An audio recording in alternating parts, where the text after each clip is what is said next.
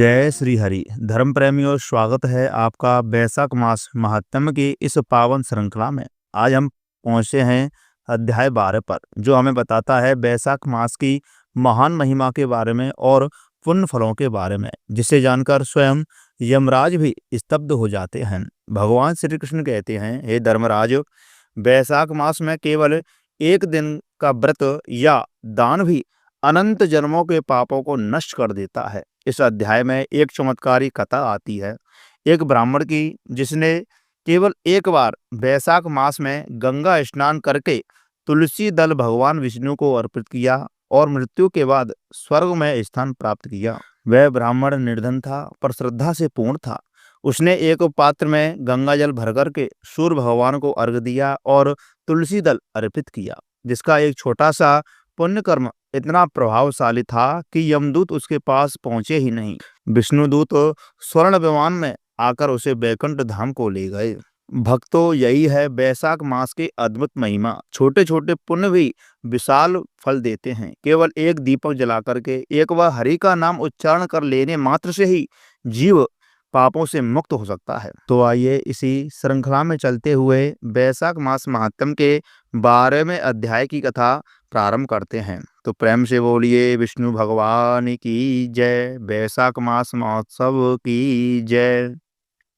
यम बोला, हे शंभो ब्रह्मन, मेरी बात सुनो। मेरा लोप हो गया। मैं मरने से भी अपने पद के खंडन का अधिक मानता हूँ। हे कमलासन, अपने स्वामी के यहाँ रहकर उनके नियुक्त किए कार्य को जो नहीं करता वह घुन बनता है। जो बिना कार्य खाता है त्रियक योनि में जाकर के 300 कल्प तक नरक भोगता है। जो निष्प्रय होकर के अपने स्वामी का कार्य पूरा नहीं करता वह घोर नरक में जाकर के कौवा की योनि को पाता है। जो अपने कार्य में तत्पर रहकर भी स्वामी के कार्य को बिगाड़ देता है वह 300 कल्प तक चूहे की योनि पाता है। जो कार्य करने की सामर्थ्य होने पर भी घर रह जाता है वह बिल्ली की योनि को पाता है। सो हे देव, मैं आपकी आज्ञा अनुसार प्रजा के धर्मों का साधन करता हूँ और उनके कर्मानुसार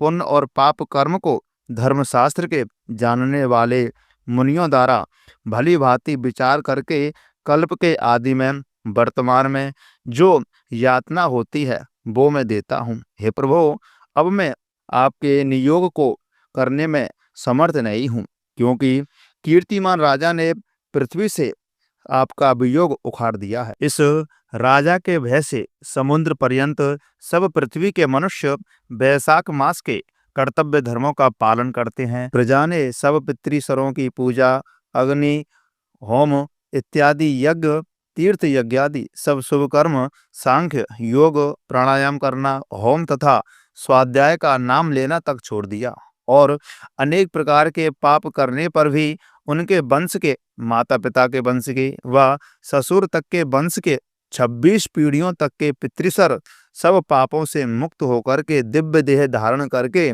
मेरा मार्ग छोड़कर के विष्णु लोक में हरि भगवान के पास चले जाते हैं। अतः अब इस काम पर मुझको रखने की आवश्यकता नहीं है। यह आपका दिया हुआ दंड और पट आपके चरणों में रखता हूँ। हे ब्राह्मण, जो अनेकों तीर्थ स्थानों से, दान से, तप से, व्रत करने से, अनेक प्रकार के धर्माचरण करने से, प्रयास में पतन होने, रण में मरने से, यज्ञ आदि करने से देवगति नहीं मिलती है। जो मेष की संक्रांति में प्रातःकाल स्नान कर भगवान का पूजन करके कथा श्रवण करें और वैशाख मास महात्म्य की कथा को यथा विधि के अनुसार सुने और यथोचित वैष्णवीय धर्मों का संपादन करें तो वह विष्णु लोक का अधिपति हो जाता है। राजा की आज्ञा से वैशाख मास के कर्मों को कर सभी मनुष्य बैकुंठ धाम को चले जाते हैं। यह राजा मेरा तथा आपका परम शत्रु है।